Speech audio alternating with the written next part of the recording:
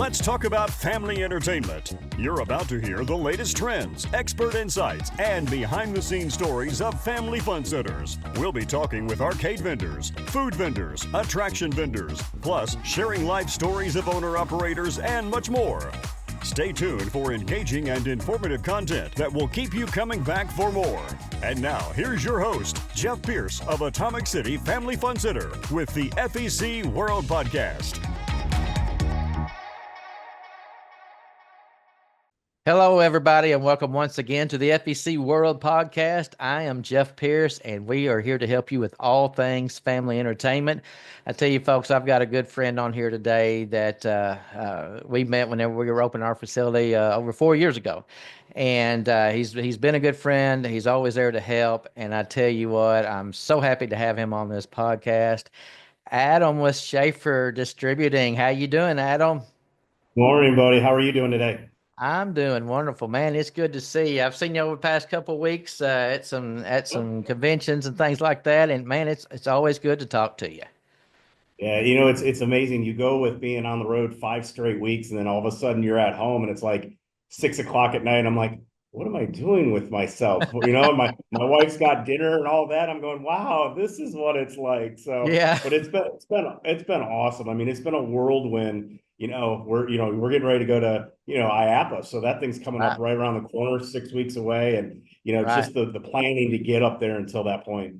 Yeah. Well, what's cool when people go to IAPA, they're going to see all kinds of arcades that y'all have to offer. And that's what we're going to talk about today, folks. We're going to talk about cranes, coin pushers, redemption games, and all kinds of cool stuff in your arcade, which is a must-have. If it's in your budget, you've got to have some arcades. And Adam with Shaffer Distributing, they've helped us out big time when we got started because we knew nothing about it. So this is going to be perfect for you thinking about starting up an FEC or just almost ready to open the doors, but need one more thing to fill some area for some revenue.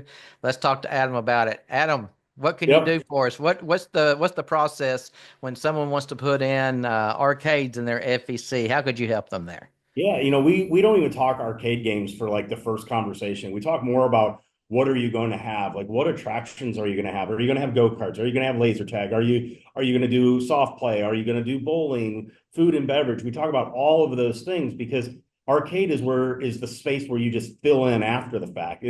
Everybody says it's a secondary attraction because people are going to come to your facility for go-karts or come to your facility for your food and beverage or come to your facility for bowling. And the arcade is just sprinkled in there because what happens is when you go on a wait, automatically you're on a wait for go-karts and it's a 45-minute wait. Well, you have to fill that void and you're going to fill that void in the arcade.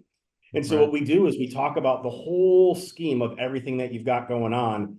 And then, okay, what's the demographics looks like? Who are you going after? And then we target those games. If you're a location that says I'm going 12 and under, there's a certain games that you're going to go in there. If you're like, hey, I'm going after birthday parties and I'm going after moms and dads and I want them to come, well, you're going to have a food and beverage element that's going to have mom walking around while Johnny's playing his games. And so we really look at all of those things before we even talk about one title is what is your plan? What are you looking to do? And what is your audience that you're looking to bring in? Gotcha. So whenever you work with them, get this all figured out, what do we do next? Do we look at the square footage you have available and fill it up? Yeah, so what we do is we look at square foot. So we say the average game is about 70 square feet. So if you've got a giant Connect 4, that's more than 70, but then you got a crane that's less than 70. So we say the average is about 70. And then from there, we start to look at the space. I'm a firm believer that if your room says it can hold 50 games, I'm going to probably shoot at 44. And you're going to be like, well, you're a salesman. You want to sell more games.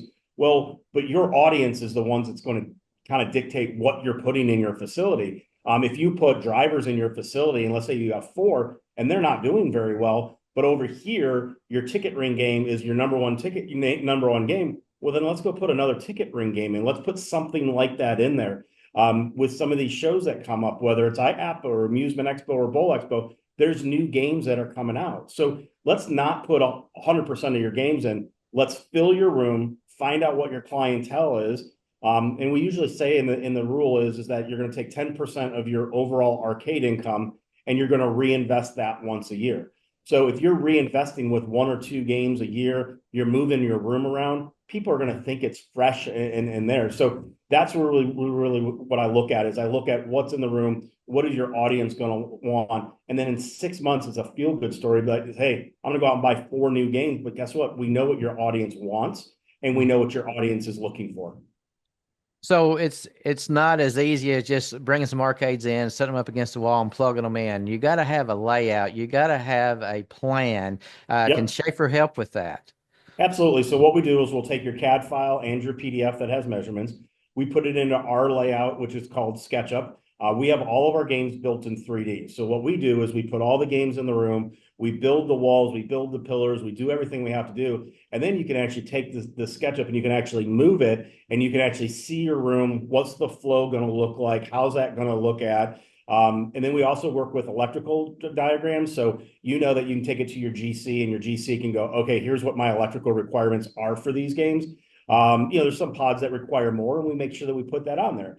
And so we make sure that we do the layout from start to finish with the electrical that's involved. And then most importantly, that's given to our team that goes on to do the installs. And now they have a roadmap of where all of those games are going to go. And so we really are very conscious about that, conscious with the layout. We want to make sure that we look at sight lines. So when you walk in your front door, I don't want to have a big giant game that's blocking 3/4 of your venue. So I might make a pot of cranes that are glass that you can see through, or some low profile games. So really the science behind trying to put an arcade together is really where our team excels at, because we've done so many of them. But we also want to make sure that I can see your bowling, I can see your laser tag, I can see your go-karts. And I come from an operational background. So for me, I always want to see about 90% of the venue right when I walk in the door. And right. And so that is really the key of how we build an arcade is, what is it going to look like as it's an ancillary income throughout the rest of your venue? Gotcha. So yes, layout is very, very important. And should the arcade be at the front of the building then, is what you're thinking? And that way they can walk through the arcade to get to other attractions, correct? Absolutely. And we've had places where arcade has been its own little room. But in order to get to the laser tag, you had to go through the arcade. So if you build it, and I don't want to use this analogy of the Wizard of Oz with the yellow brick road, but if you think about that and people have to go through or go by another attraction in your facility, it just all of a sudden pops in your head like, oh, well, we didn't bowl today, but they've got bowling. Or, oh, I didn't do the laser tag today, but they've got laser tag. So it really becomes an opportunity for, these FECs to be the Walmarts of the world, where you can just get everything that you need in one stop, or it makes people want to come back for another attraction. In the businesses that I ran, we had laser tag, bowling, and bowling, laser tag, arcade, and then obviously a good food and beverage. Well, we would always drive people back, and we always drove birthday parties. You got an hour and a half on the bowling lane. Well, then guess what, Mom? You can get a $10 game card for $5, and you can get a mission of laser tag for $3 when it was normally $5 or $8. And so really what we were able to do is now take that birthday party that was $15 a kid, and now we're getting $23 a kid out of it to then make it last about 2 hours. So those are all certain things that you want to look for in your FEC to make sure you're branding it correctly and make sure that there's people are doing every step that they possibly can in your location. So tell us about performance and how the importance is to check your reports every week and see how those are performing. And then if you're seeing a consistency somewhere, what to do about that. Yeah, absolutely. I mean, everybody that runs a venue is going to look at their profit and loss statement, right? You're going to look at your inventory that you're doing, whether it's a weekly or monthly basis. You're looking at your numbers, and the arcade should be the same way. As an owner should be able to get a report on a Monday morning and be able to look through it. And there's a report out there called a 6-week trend report. And what that does is it gives you 6 weeks of a trend of that game or that game room has. And what's important by that is you can see that a ticket ring, normally it's in the top 5 of a room. Well, all of a sudden I see a ticket ring as an owner that, okay, it was making me, let's say, an average of $1,000. Well, now it just dumped down to $200. Well, I'm picking up the phone, calling my technician going, well, why is ticket ring at $200? Oh, the button fell off, or they had a compressor motor. Okay, did you get the item ordered? Is it repaired? When's it going to be back up and running? In the other belief, if you've got a game that's just not doing well and your ticket ring is doing really well, and let's say you have a Crossy Roads, Well, take that Crossy Roads, put it where Ticket Ring is, because you know Ticket Ring's in a spot where it's making money. Take Ticket Ring, put it back where Crossy Roads is, and then see if the performance of the Crossy Roads has actually changed because you physically move the game around.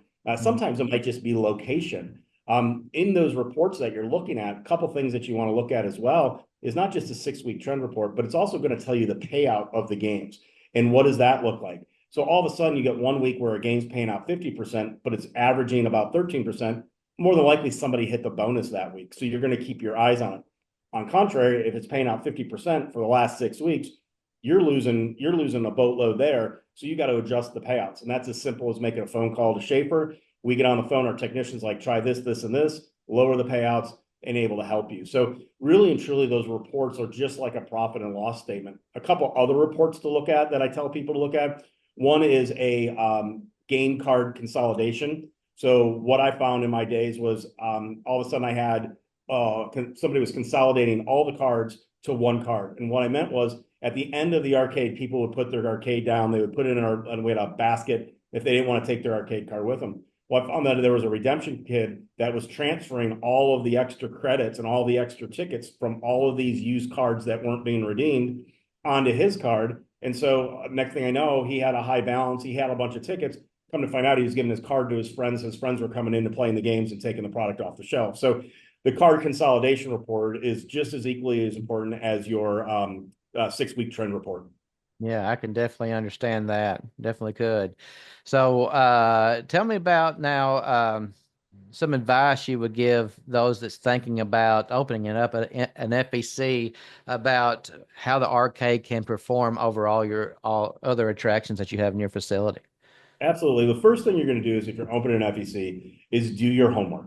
Do your homework, do your research, listen to podcasts like this, go to trade shows, go to anything that you can learn. That's the first thing you need to do, because if you get into this and you don't know what you're doing, you're going to be up a creek without a paddle. But really what they'll say is all the experts will tell you that the arcade is considered a secondary attraction. And what I mean by that is people are not just going to an arcade and going home. So if you look at Dave & Buster's, for example, over the last 20 years, Dave & Buster's has changed who they are in their identity. They went from just doing games to then showing UFC fights, showing boxing matches on pay-per-view. Now all of a sudden they come out with a food and beverage program that takes them up a notch.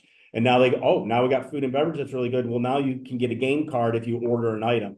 So you look at that where they've evolved. And so for an FEC, what do you want to have? Your primary attractions that you're going to see is go-karts, is going to be bowling, and obviously food and beverage are the three big ones.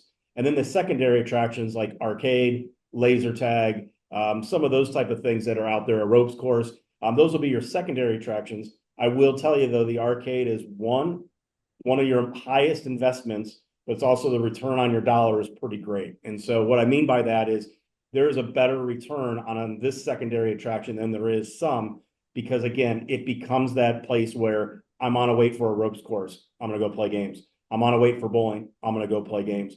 And so what you'll usually see in most family entertainment centers is the arcade is the number one attraction for being a secondary attraction, if that makes sense.